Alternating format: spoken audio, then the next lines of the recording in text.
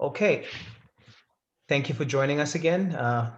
Thank you for joining Kamau Consulting Group Forums, where we bring Black professionals together across different industries, and we're able to discuss some of the unique challenges within industry. And today I'm joined with many Black professionals here across industry. And this week we're going to be talking about career coaching. And I'm really excited to have everyone on this panel today, and I'm looking forward to hearing some of the insights and some of your journeys through your careers. And so without further ado, let's just get started with the introductions, and I'll start with Carmen, who's on my left-hand side. Hi, good. Hello, everyone. My name is Carmen Spencer. I have the pleasure of running my own company, Spencer Consulting International, and I provide coaching support to university students as well as job seekers and anyone looking to transition from corporate to perhaps their own business. Thanks, Carmen. And we'll move over to Lisa. Hi, my name is Lisa Appian, and I'm the founder and lead career strategist at We Apply Canada. I help mid-level management and executive professionals land interviews, land promotions, as well as make swift career shifts. And I also facilitate workshops for organizations. Thanks, Lisa. We'll move over to Tanika. Hi everyone, Tanika here. I am the founder of Her Divine Mind. It's a mindset and business coaching business. So I teach women how to serve from a place of abundance. I put a lot of emphasis on mindset, and for those women who are interested in becoming a coach or manage their multiple businesses as an entrepreneur, I am the one who kind of brings balance into their lifestyles, and I guide them from where they're at right now to their next goal. Thanks, Nika. We'll move over to Jane. Hi, my name is Jane Jenner, and I am the founder and owner of Higher Altitude. Higher Altitude is a boutique staffing firm specializing in the placement or full-time placement right now in the area of accounting, finance, IT, cybersecurity, and administration. And I'm also a career coach and mentor. Thank you. I'm really proud to, first of all, recognize that all of you are running your own businesses, and that's great to hear. It's always great to hear. And for myself, I'm Kevin, and I'm a management consultant, and I am the founder of Kamau Consulting Group, where we focus on equity, diversity, inclusion.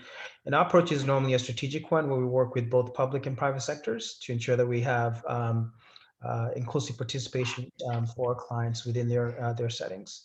And I don't want to really take so much of our time here discussing about not necessarily our collective goals, but I really want to hear our collective experience. And I want to take a deep dive into career coaching today. And I'll just jump into some of the questions that I sent out, and we can perhaps start from there. Now, I would want to consider, what are some of the challenges that you have faced in your journey as Black professionals in interacting in career coaching? I'll take this back to Carmen. Thank you for that. I think, when I take a look at career coaching, taking a look at really providing a service to individuals and kind of helping them to start to think about like what's next for them, where they want to, take their career. There's a couple of things that I look at. And the first is from a challenge perspective, is really finding their brand. And there's a bit of a negative connotation to that. People tend to associate brand to products. And so, what people have struggled with is identifying who they are. And so I tend to remove that word brand and say, who are you? What do you want to be known by in the market? And so when you kind of take away that word of personal brand, it makes that discussion a lot more easy. The other kind of challenges that I've seen in the past as well is really knowing and trusting in their potential, right? And so looking at, what are some of the things, that they're struggling with, what are some of the things I can help them with. And so it becomes often a struggle with the both of us, because it's helping them find that potential and identify, what is important for them. Thanks for sharing that. I'm curious to know, in terms of your personal journey, and perhaps maybe we can take this back into um, maybe how you started your business. Were there any unique experiences in your journey as a career coach, or even Yeah. starting your own business? Yeah, so mine's, I like to look at mine a little bit as something that just kind of happened. And so I was working for a consumer packaged goods company. I loved what I was doing. I was leading a leadership trainee program where I'd go out and recruit university graduates. Absolutely loved the work I was doing, but I didn't love the organization I was working at. And so at that time, I had a coach or a mentor, and he was absolutely amazing. He said, "You kind of have three decisions, Carmen, and you always offer these three decisions to everyone else. You can either quit the organization, you can find something that you love doing and kind of do it outside of the organization, or you can continue doing and being unhappy." And so what I decided to do was start my own organization or my own company, really focusing on career coaching, and consulting and things like that. At the time, one of my biggest struggles was, because I was tied to this large consumer packaged goods company, I couldn't focus in the Canadian market. So I actually had to focus in the Caribbean, focus in Jamaica, and do a lot of my work there, because of a conflict of interest, until I left that organization and I was free to kind of focus on whatever country or whatever area that I wanted to at that point. Very good. Thanks for sharing that. And Lisa, your experience? Sure, thanks for the question. So in terms of my experience in the field of career coaching, I think one of the main challenges being a Black career coach is that a lot of the literature or a lot of the theory or the academic background regarding career development is primarily from a Eurocentric point of view. And so a lot of the information that is available, the resources, don't often align with the challenges that my clientele, for example, who are primarily people of color, may be facing. And so there is sometimes a disconnect, and it's now that we are coming into this space and we are sharing our stories and we are connecting as a people and putting that down and putting it in paper, that this is becoming something that is real, that can support other people who are facing the same issues. So I would say that's one of the main challenges that I've seen. And even being in the space generally, you can tell that, we're here and we're having a conversation and we're all Black, which is amazing. But if you go to any conference, a career conference or career coaching, career development conference, or whether it's even resume writers, normally the people don't look like this. So that has been the main challenge that I face coming into this industry. And I'm curious to know, and thanks for sharing that, Lisa. Did that perhaps dampen your spirit, or did it just ignite you to go further?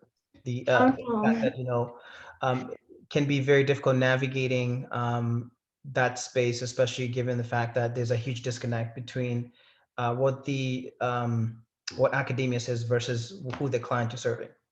Definitely.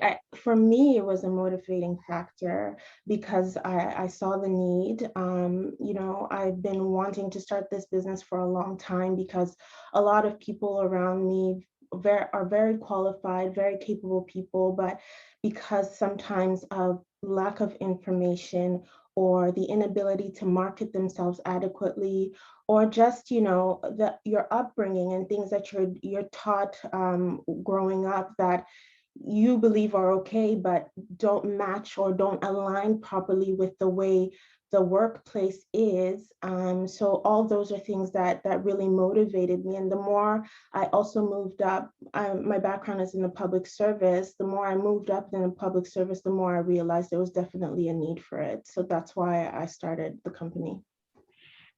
Very good, and thanks for sharing that.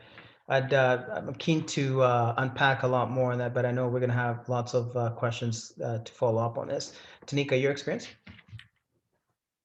Yeah, so I do want to go back to my personal experience because I feel like there's a lot of significant lessons that I learned in the past.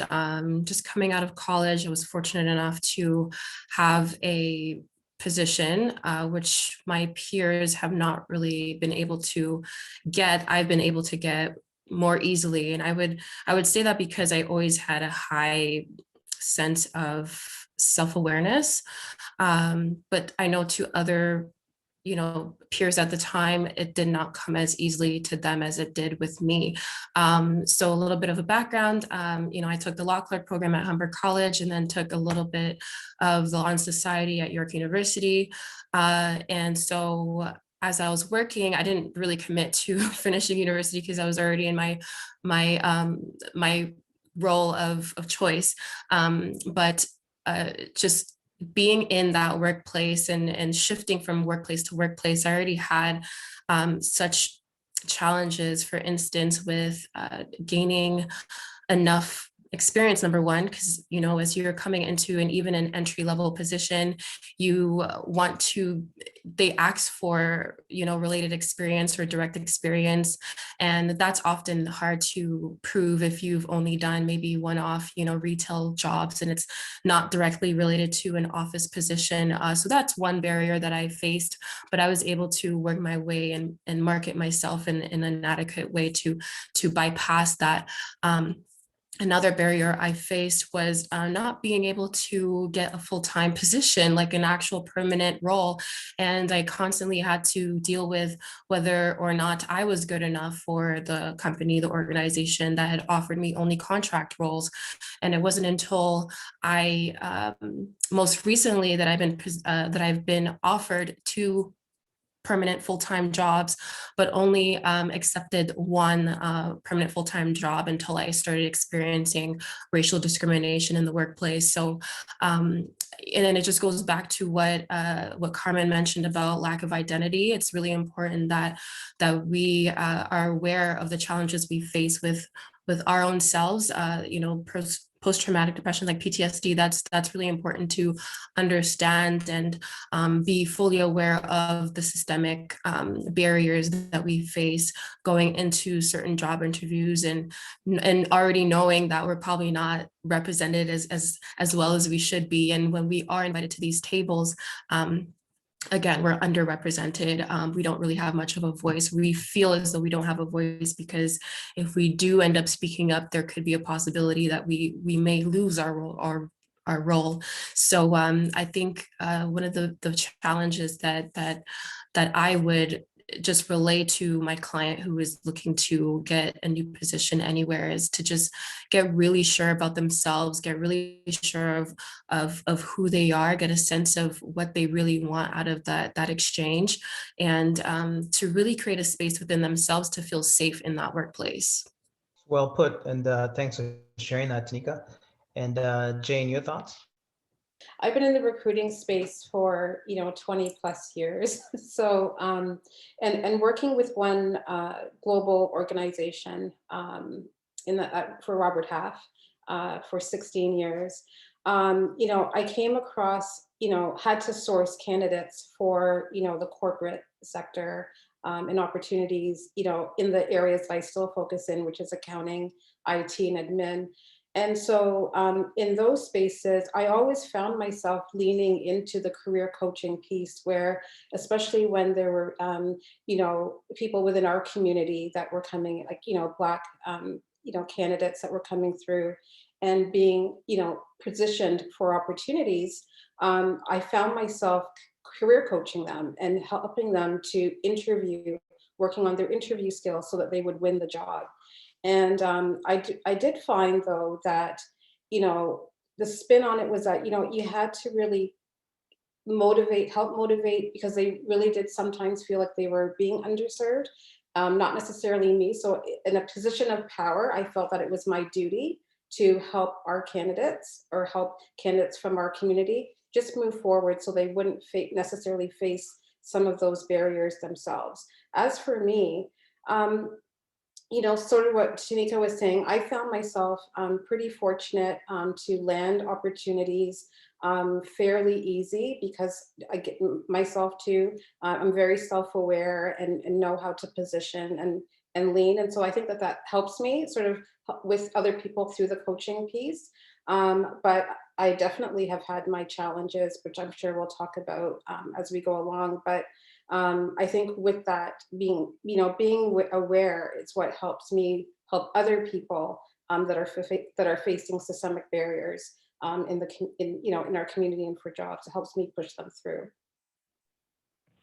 Thanks for sharing that, Jane. And you bring up a really good point, which I've come across this many times, where most people that, or rather most professionals in career coaching have some type of a history of recruitment at some point in their careers, and which normally leads up to career coaching sometimes, and or even training or leadership development. And personally, for myself, I spent a significant amount of my career in leadership development, and that's what I spent most of my time, is simply developing leaders.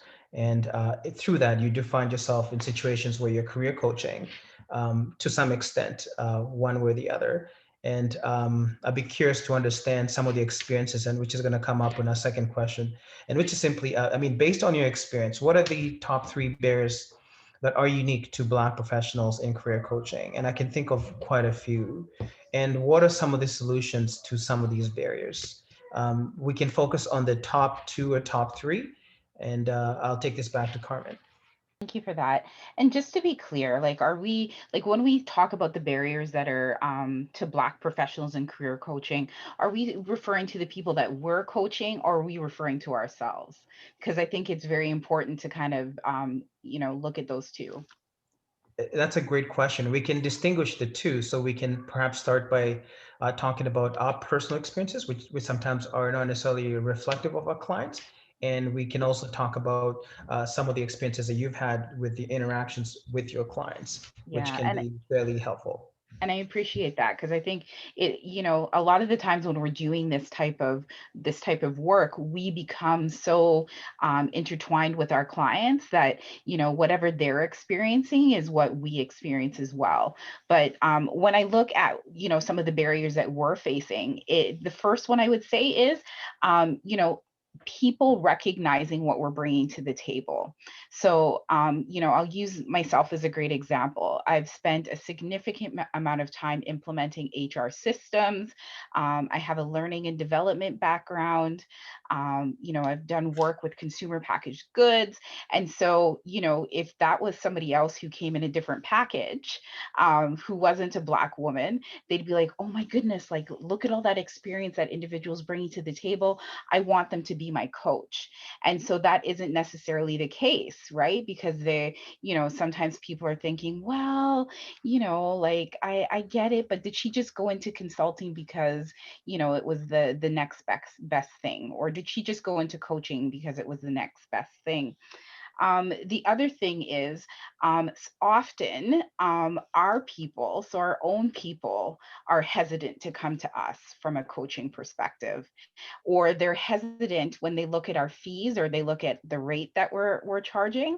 They're like, well, like, I looked at some other consultants, or I looked at some other coaching people, and this is what their rates were.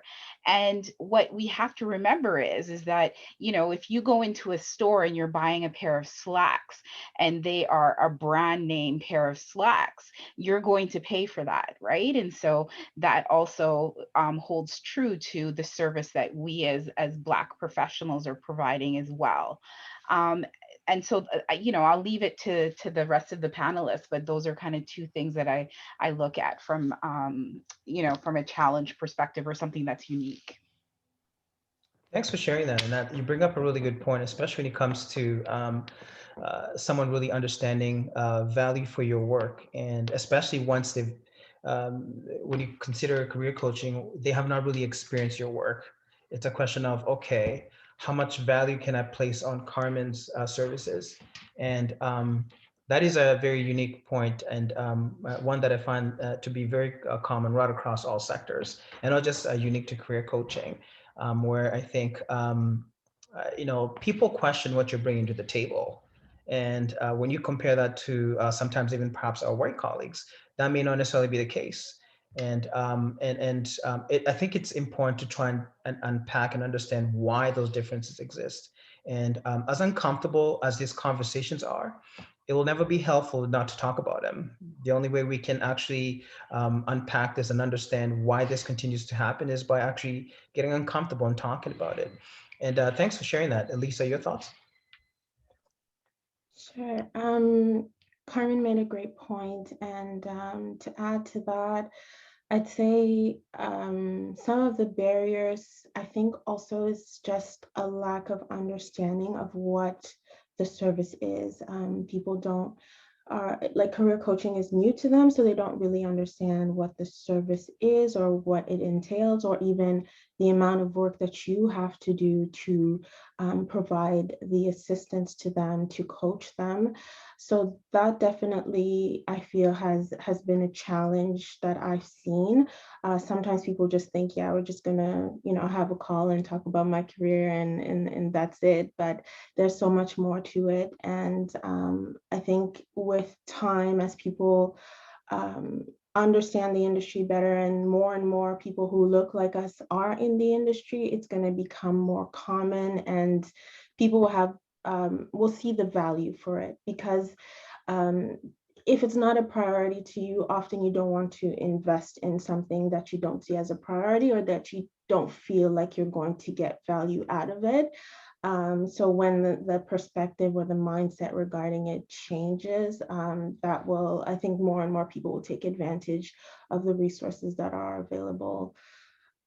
From the client perspective, I would say the challenge that I see mostly is mostly people often want to downplay what they've achieved. And that's something I see a lot. I often hear lines like, I don't want to feel like I'm boasting. I don't want to put too much there. Maybe they're going to think I'm overqualified. And I think that's one of the big challenges that I often face with some clients. That's a great point. I'd be curious to understand in terms of the client here. Are these similar experiences as experienced by Black clients versus other clients, or is it something that's unique to just Black professionals that you may be coaching? Are you finding the same to be of other clients, be it South Asian, white clients, and so forth? Is it similar? I would say people of color, it's something that I've noticed. I had one client, her background is she's African, but she was telling me that, in our communities, talking about African community, when you're talking, you talk about the collective, you talk about what everyone has achieved. So to now talk about yourself as an individual and talk about what you've achieved and talk about, your accomplishments, it makes her extremely uncomfortable. And so she was explaining it to me that way, and I could definitely relate, because it's just a different way that the society is shaped, where it's focused more on the common good, whereas in the workplace, often you have to be your own advocate, you're in control of your own career, and as much as the collective may have achieved something, at the end of the day, when you want to move up, we want to know what you did specifically. That's a very good point. In equity, diversity, and inclusion, we often talk about individualistic versus collective cultural experiences, and how those differ, and how they can perhaps sometimes be a good and a bad for society. And where do we put the onus though? Is it up to the client in this case? Is it really up to your client in this case to perhaps minimize her culture?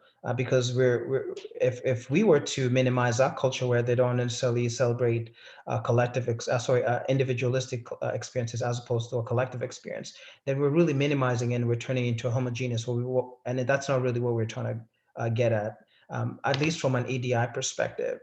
And with many of our clients and some of the clients that we talk to, we are driving everyone to understand that cultures will always be different, and there's good in every single culture. It's just that it is our responsibility to drive ourselves to curiosity, to understand why it is that people think as such and why is it that people behave as such. And you can't really teach culture. You just got to immerse yourself in it to really understand why is it that this one client, for example, in this one client you're talking about, so invested in a collective experience. And as a matter of fact, collective experiences are far outweigh individual experiences in terms of the greater good. And so I would be curious to understand, is the onus on the individual in this case, or is it up to all of us to get to understand or get to a point where we all understand that the different cultures and we can learn how to appreciate the best in every one of them? Definitely, that's a really good question. I think it's the onus is on both the individual, but as well as the hiring manager. And that's why, an organization like you that's doing work in the space of diversity, equity, and inclusion is very important because a lot of organizations have challenges when it comes to understanding these nuances when they are hiring candidates. So when they don't see what they expect to see, to them it's a red flag. Okay, the candidate is not qualified. But really many times it's just that the candidate is not presenting the information in the way that you're used to, or they're not communicating in a way that you're used to. So being able to take on that lens to see things more globally and to see things from other people's perspectives, from other people's standpoints, is what's definitely going to make the difference. But I guess in the meantime, while we're working towards that, also encouraging our clients to still, celebrate your culture, celebrate what you have to offer, but still also celebrate what you have achieved as a person, as an individual in your career, and find the right balance between both in your communication. Thanks for sharing that, and I'd be happy to pick up on that topic. But I'd want to get Tanika's and Jane's thoughts on this. Tanika, your experience? Yeah, so my direct experience has been feeling dehumanized in the workplace. And of course, it's a really tough conversation to have because a lot of us are still muted by it. A lot of us even don't even notice that we're being dehumanized in the workplace. And it because it's really silent and it looks in the form of, oh yeah, you're doing a good job. And it looks like in the form of gaslighting, like, okay, well, our department is fully inclusive and diverse because, we have 3 token Black people in 2 or 3 different departments that don't even communicate with each other. And, they're there and that's enough. I don't believe in that. I believe that there is a certain onus.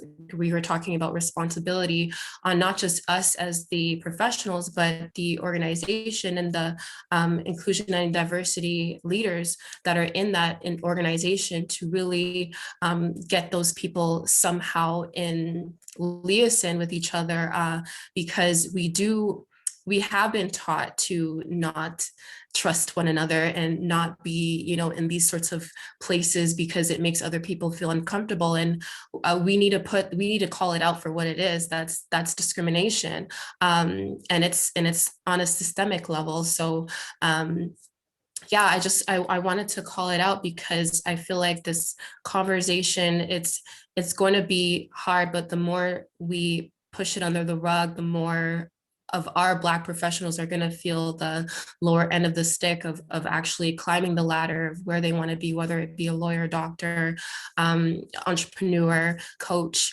It's super important that we understand how our community behaves and how Black people are taught to behave amongst each other and amongst society at large. And going back to the solution that you mentioned, I know that there was a workplace that I was in, and they had a tool that they used. It's like a behavioral intelligence tool amongst the workplace to get to know your employees better, and like there was just a lot of metrics in that specific tool that we dived into, but it was never fully utilized and prioritized as much as I hope it would be. But just going back to the onus, I believe that the leaders have to do a better way of meeting their Black professionals where they're at in the workplace. Well said. I couldn't agree more. I think the responsibility is always on leadership to ensure that they can um, bring minds together and use that collective experience, especially within their workspaces, and to kind of try and find solutions amongst your teams. And especially when we're talking about systemic issues, these are very difficult conversations and barriers to even unpack. I'm still yet to meet someone that's 100% inclusive. Not to date, I haven't met anyone that's 100% inclusive, and it's a work in progress. And but then again, I must also recognize that there are some great people out there doing some great work in terms of commitment and trying to really dismantle these complex systems of oppression. And I'd be curious to know, Jane, your thoughts in terms of the unique experiences, especially with Black professionals. Yeah, I think, and I'll speak about this from my client side on the career coaching, is that the two main things that I see is, one is the mindset and their belief system. I don't know if that's necessarily unique, right? But I think it's one of the barriers for sure. It's their ability or inability to believe, so to Lisa's point, about what their accomplishments are. And this happens a lot, I find, with our Black community and even in the South Asian community.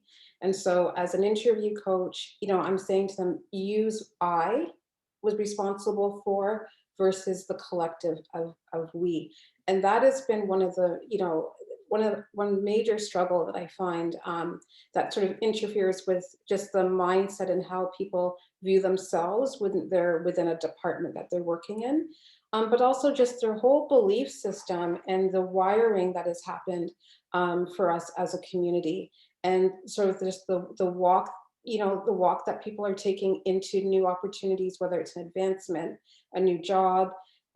There's already this barrier where they're feeling like, I'm not sure if I can really do this.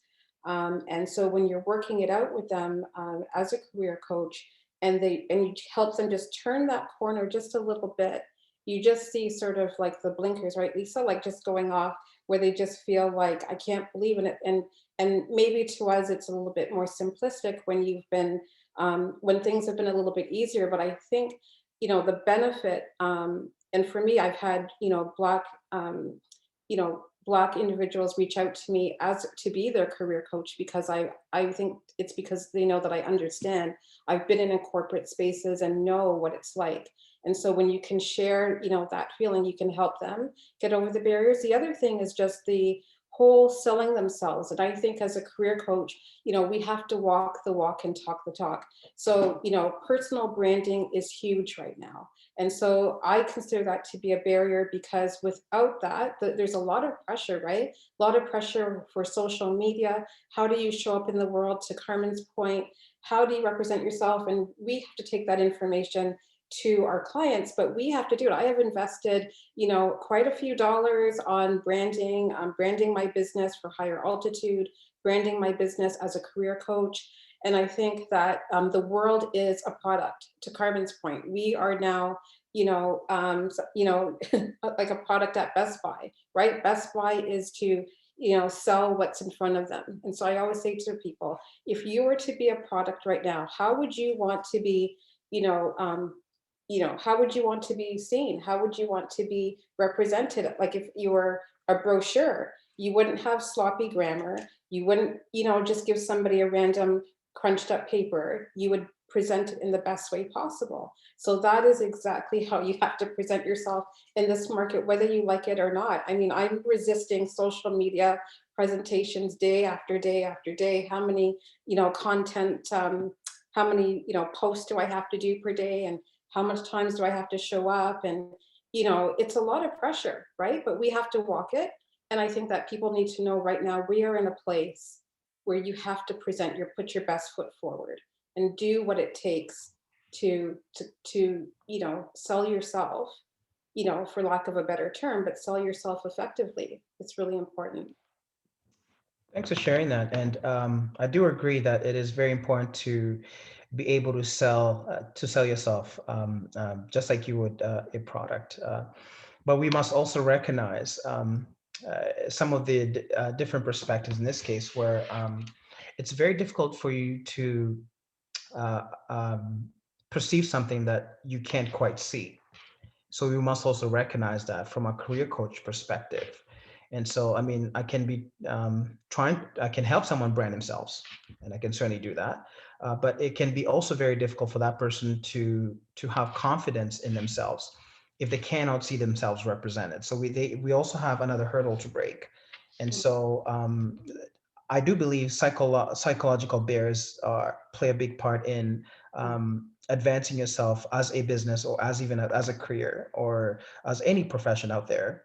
And so I think we must start paying attention to some of those psychological barriers, and they're very real. And so from a systemic perspective, I think that it's incumbent on those people that hold the power balance to ensure that they can recognize some of those psychological barriers and do something to perhaps create the representation, right? Because you can only imagine your job as a career coach would be much easier if people could actually see themselves represented. And I think it's also important to pay attention to some of those little nuances that other people may not necessarily be able to see. And so I can almost understand both sides of the coin here, where sometimes someone may feel a little intimidated, I guess, by this complex system that we all are trying to function in, whether it's selling yourself, branding yourself, building a business, scaling up, or even representing yourself and conveying a message in a way that makes sense and meaning to your client or to your market. And so it's not necessarily that easy for a Black professional, or a Black client, or a Black business, for matter of fact, or for lack of better words, and other historically marginalized communities, whether Indigenous, South Asian, you name it, any community out there that's underrepresented. So we must also pay attention to that. Which brings me to my third question. So, I mean, one of the most important aspects of coaching is a trusting relationship. So what does that translate to for Black career coaching professional? And what does this mean for Black professional client? I'd want to hear your thoughts. I'll probably take this back to Carmen. And if you don't mind me adding, I mean, what does this mean for a trainee within an organizational context? Yeah, that's a great question, because trust is really, when we look at like the theory around relationship management and how we build relationships, a relationship can't start unless you have trust, right? And in fact, I look back at, like, my consumer packaged goods days where we were looking at the sales organization. We would rate relationships with our customers, and if there was no trust, that relationship would go no farther. So, when I think about that question, and when I saw that question, I automatically, old school, went right back to the fundamentals of relationships and how we build them. And that's how we're going to start to have trust with our clients, trust within ourselves, and whatever the case might be. From a coaching client perspective, if your client doesn't trust you, they're not going to trust that you have their best interest at heart. They're not going to trust that, when you recommend a solution, or recommend a way to present your resume, or present yourself, that you're looking out for their best interest. So it's important to really just kind of, it takes a little more time, but I'm sure, all of the individuals on the panel panel would agree that you really have to build that relationship at the beginning, and then the rest just it just kind of flows and comes into place. Can you repeat your third question around the trainee? What does this mean for the sorry, what does this mean for a trainee within an organizational context? So if you're coaching someone within an organization, let's say for example, you're a career coaching manager within an organization. So what does that mean for the trainee in terms of trusting relationship? Yeah, so if you're coaching somebody that's working within an organization, again, it's how do you build that trust? How do you establish that trust with them, and how do they establish that trust with their manager or their leader within the organization? And my answer doesn't change. It's you start to build that relationship, you nourish that relationship. It becomes a relationship where you can give and take, and where that person feels comfortable with whatever feedback that you provide, knowing that feedback is one of those things that we talk about all the time. It's like constructive feedback and positive feedback, and being able to give either one of those pieces of feedback during that relationship and during that time together, and knowing it's not coming from a place of being malicious or hurtful, that you're coming from a place of you want to see that individual grow and you want to see them develop. Thanks for sharing that. I'm curious to understand in terms of trust from other clients that are not necessarily Black professionals. Yes. How does the a stereotype amongst Black professionals, or you as a Black professional, play out when you're interacting with your clients? Because I'd really want to understand that. In terms of when, from at least from an equity, diversity, and inclusion perspective, one of the biggest challenges that we do find is that when we are going through, when we're talking to our clients within organizations, and you ask them, who are the people that you trust? Yeah. They're normally people that look like them, Yes. right? So I can only imagine how this plays out between a career coach and a client. And so I can only imagine, had you been, perhaps, let's say, for example, Carmen, if you're a white woman, Yeah. how would that be different between yourself now and you being a white woman coaching others? Yes. So I'll give you two great examples. The first one is when I worked in the corporate world, when I was implementing systems. So I was in a male-driven field. I was in a field that was predominantly white, but I had to make decisions. I had to drive change. I had to come and be prepared with information. And I remember that people would say that I was aggressive. So using that, you're aggressive, all those type of words that they used to describe a Black woman. Whereas if, again, if it was a white male, they'd be like, you're driven, like you're going to go somewhere. And so I went and had a conversation with our director of HR and said, you know what, I'm done with this department. Like, I want to go and try something else. And, he said, why? And I, told him the situation, and he was a white male. And he said, Carmen, let me tell you something. And I was very young in my career. He said, had you been a white male, this would not even be a problem. We wouldn't even be discussing this, right? So that's an example from a corporate perspective. When I look at my coaching career now, it was a struggle when I first started. But when I look at where I am 4 years later, it's like individuals see me as Carmen Spencer. um, they see me as somebody who is bringing something to the table. And whether it's because, from a social media perspective, I'm more out there, like on LinkedIn and Instagram, I'm producing content. So people, whether it's they're turning off the video and they're just listening to what I'm saying and they're now buying into what, I'm bringing to the table, or whether they see the value. Or the third thing is that I've built a community of people that believe in me and support the content and support the work that I'm doing. And so, the word that's out there now is like allies, right? So I have a number of allies from organizations that I've worked in the past who don't look like me, but they support the work that I'm doing. And so that's making what I do a lot easier. It's drawing not only, Black women and Black men that see that I can provide that view from a white corporate perspective, but I can also come in and speak the way they speak. I can also understand their story. When we look at diversity, equity, and inclusion, there's that big wheel that it doesn't just include, race and ethnicity. It includes like your geographic location, your educational background. So, I am a Jamaican woman who was born in Toronto, but I grew up in Alberta. And so if you know anything about growing up in Alberta, like we were the hardest hit with race and ethnic relations, right? Like I was, 10 or 11 years old and, having to fight for who I was as a young Black girl. I was, being called derogatory terms. And so I kind of grew up with that. And so again, from a coaching perspective, I'm able to relate to not only my people, but I'm also able to relate to corporate. Thanks for sharing that. And I think we're going to touch on that maybe perhaps on the second point. I'd want to discuss more about that code switching, which is something that occurs in many corporate spaces. And I'd want to understand exactly how every single one of the panelists also navigates, having to be your authentic self on an ongoing basis and consistency. Lisa, your thoughts?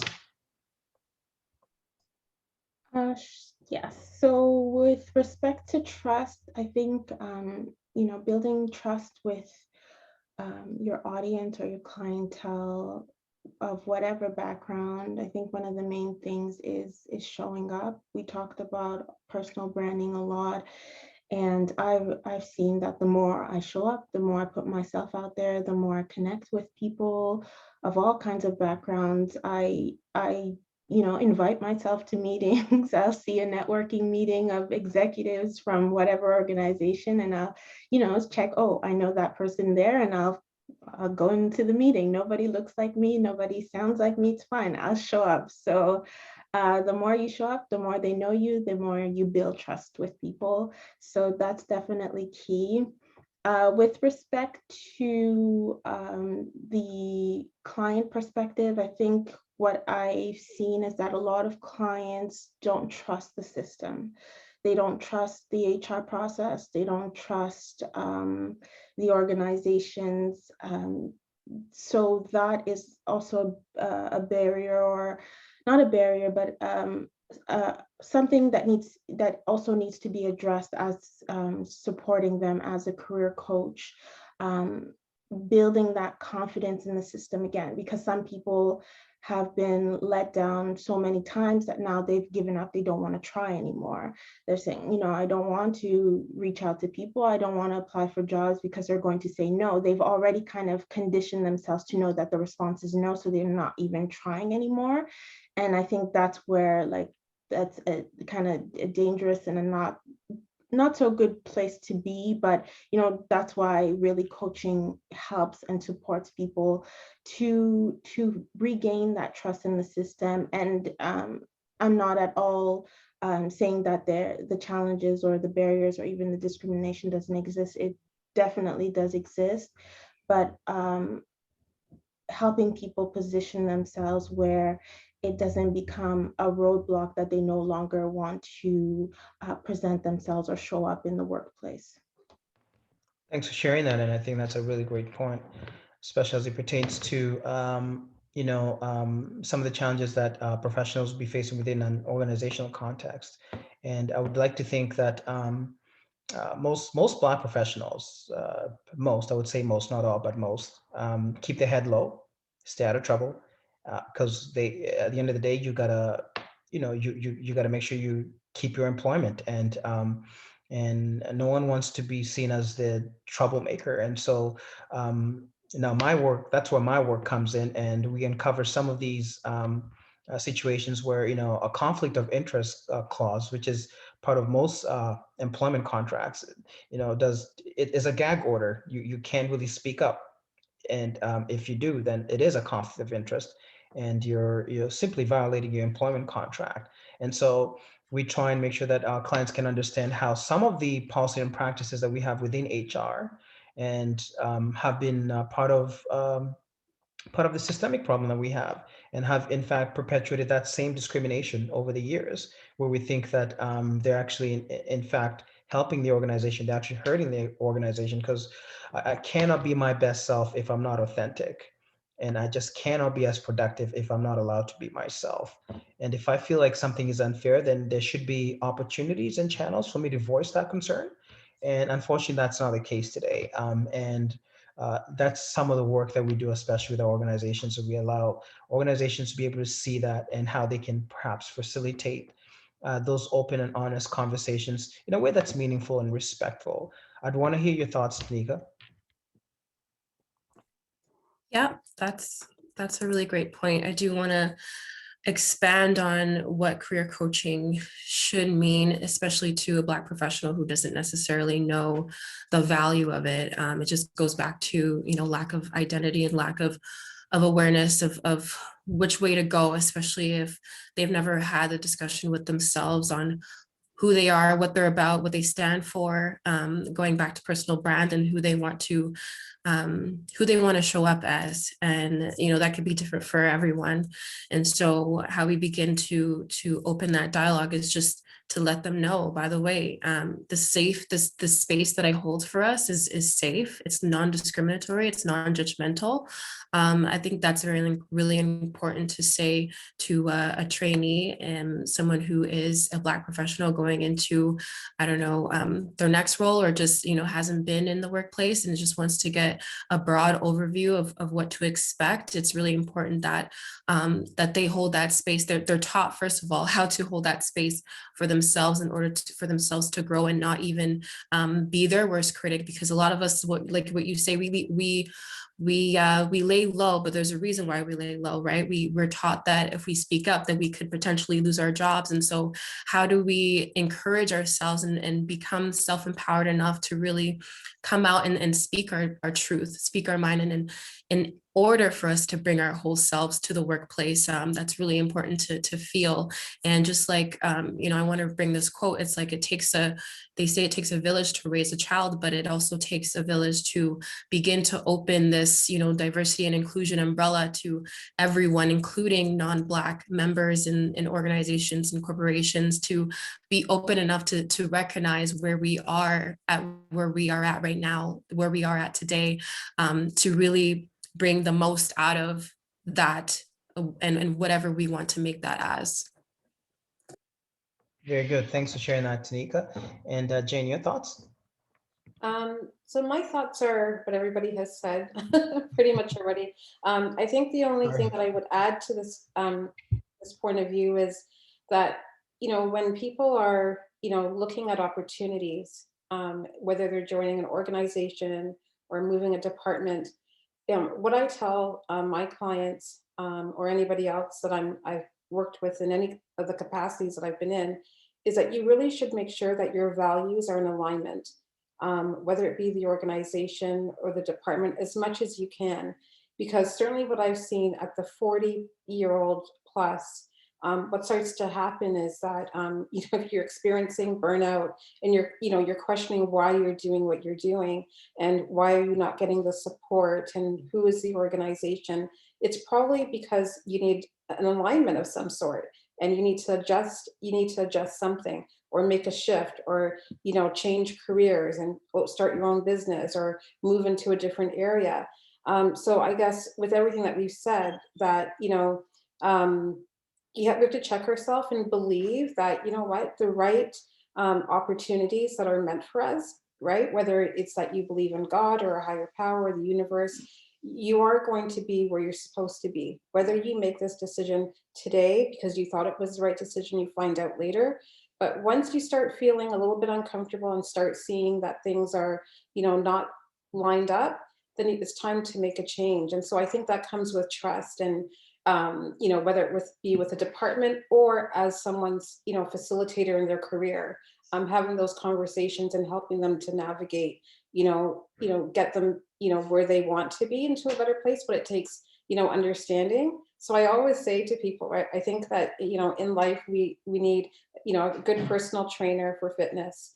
We also need a good therapist for our minds, and we need a career coach to help you sort of navigate through those things. Because I think sometimes it can blend into each other, life coaching, career coaching. That's what we're doing, right? But we're helping people sort of stay clear and focused on what they want.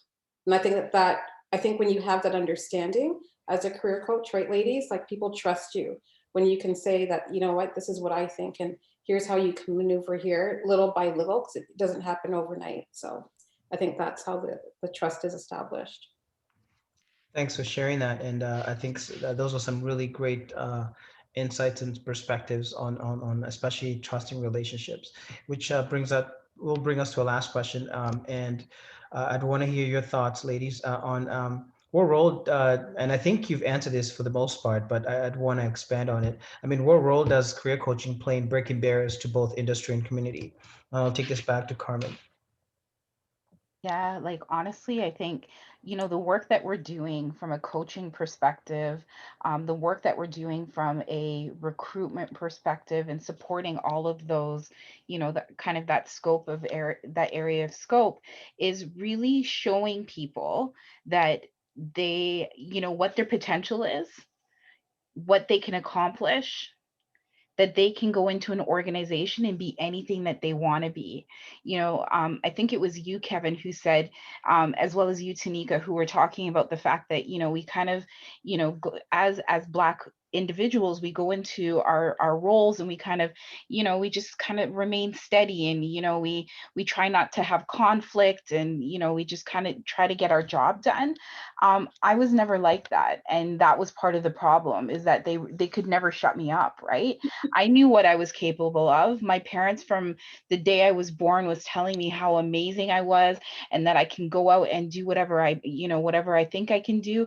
And so, every organization I always went in, the challenge was always like, God, Carmen is just like, she's not satisfied with the role that she's in. She's not satisfied with status quo. She keeps asking questions. She keeps pushing us to the next level.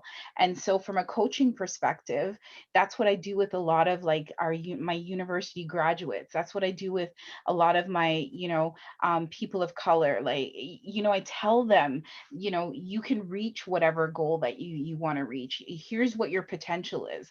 Don't let somebody tell you, just because, you have a college diploma, that you can't be a director in an organization, because that's me, right? Like, in addition to the work that I do with Spencer Consulting, I work for Sony Music Entertainment Canada, and I'm a director, and I have a college diploma, right? So, like, you have to show people what their potential is and let them believe in it.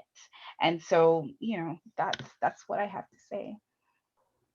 Thanks for sharing that. And you're absolutely right. I mean, if you really want to sell yourself, you just got to show up to begin with. Show up and be able to convey that message in a way that is telling to your market. Yeah, And and be authentic about it, right? Like, if this is who you are, then be who you are, right? Don't, let your light shine bright, right? Yeah. couldn't agree more. Lisa, your thoughts?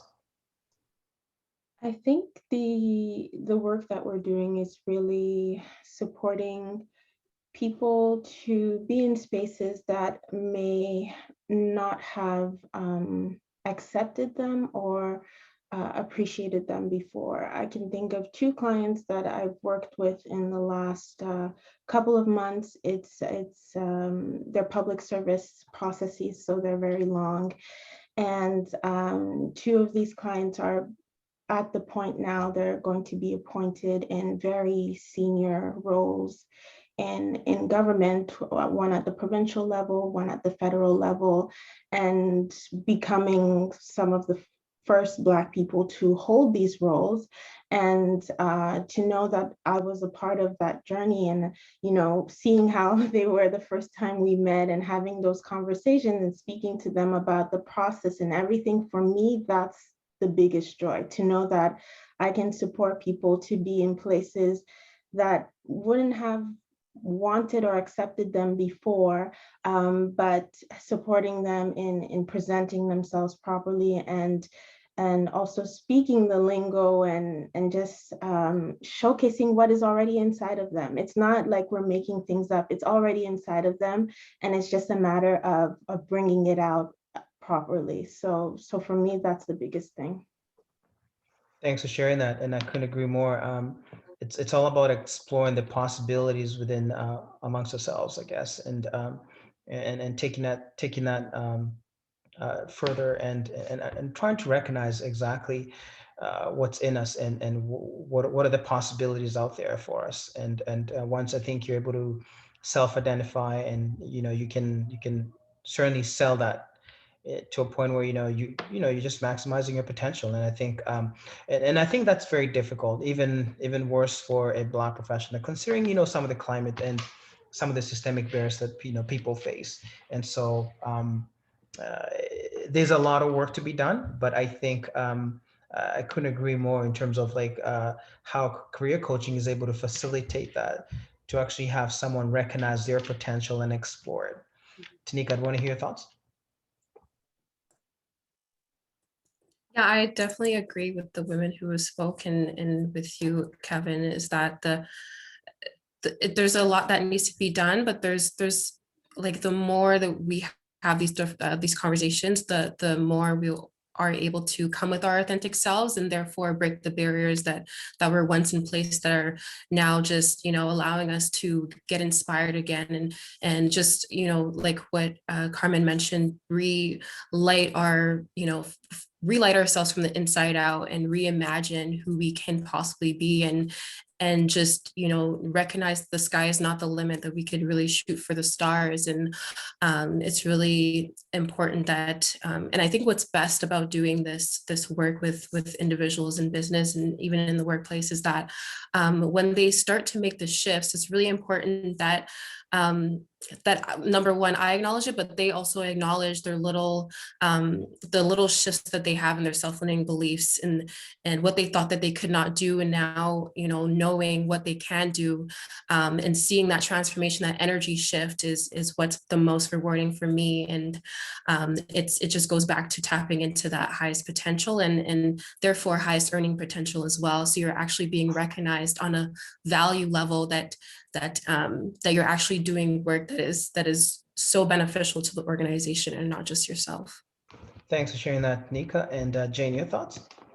Yeah, so I think the role that career coaching plays is, I guess, surmised by all the beautiful ladies here already. But Lisa, I couldn't agree with you more in that, we are in a place to empower, the people that we work with. And we've been given such a great gift to do that, because when we are, leaders in the community and seen and sought out, right? Because it's not really a business, at least I'm not, seeking people out to say, hey, can I be your career coach? So I think the beauty is that we are sought after and we are leaders. And I think it's a beautiful thing that when our people come to us and look to us and say, hey, listen, I'd love for you to be my career coach because I've looked at all of your social proofing and I've spoken with you and so on. So I think, I guess the beauty is that it is already within them, but they just need that little lift to move them forward, that little bit of encouragement. And I think all of us know what it's like, because I know what it's like when someone hasn't believed in me.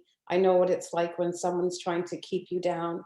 And when we can share and be our authentic selves, it creates the trust. It creates, helping people move forward. And it's just, it's a gift to be part of that journey. So I think that that's the role that career coaching plays. Thanks for reminding us. And I'm a big believer in that, is that, part of success is understanding failures. And if you've seen any success, and then you must have gone through some type of failure to really understand exactly what success looks like.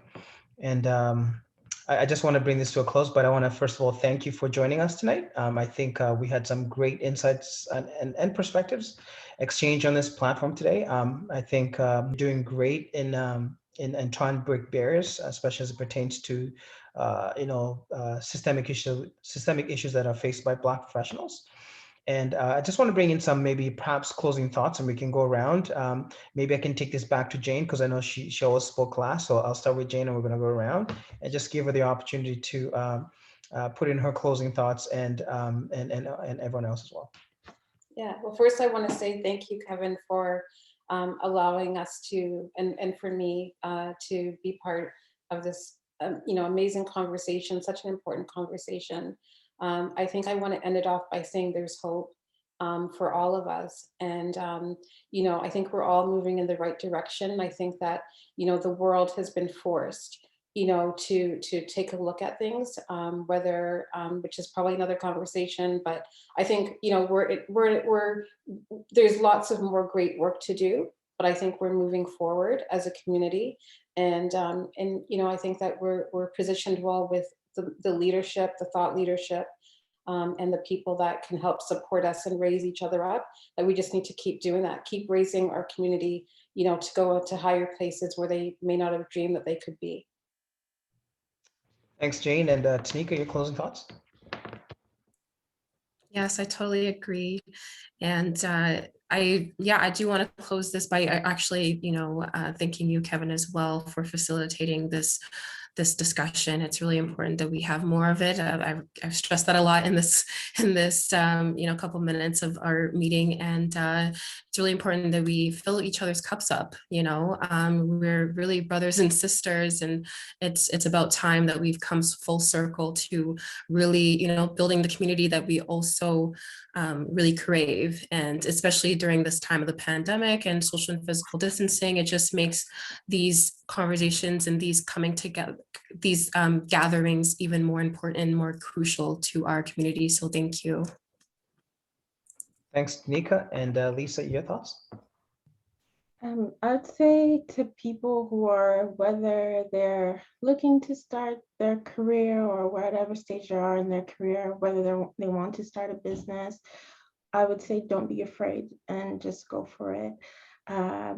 I'm very bold in my career in the public service because I know the public service inside out, so I never had any issues. But when it came to starting my business, I spent a lot of years doubting myself, hesitating until I finally started. And I do have a coach as well. I have a mentor, a business mentor, and she always tells me, your people have been waiting for you. And it's true, once I finally started, all these people are gravitating towards me. And it's just like, okay, so, me deciding not to do what I've been called to do is hindering someone else's progress and growth. So what I would say is don't hold back, give it your all. And I do appreciate everyone on the panel today. And thank you, Kevin, for facilitating. Thanks, Lisa. That's a great way to put it. And Carmen, your thoughts? I just want to end by saying thank you, Kevin, for inviting me to be a part of this discussion.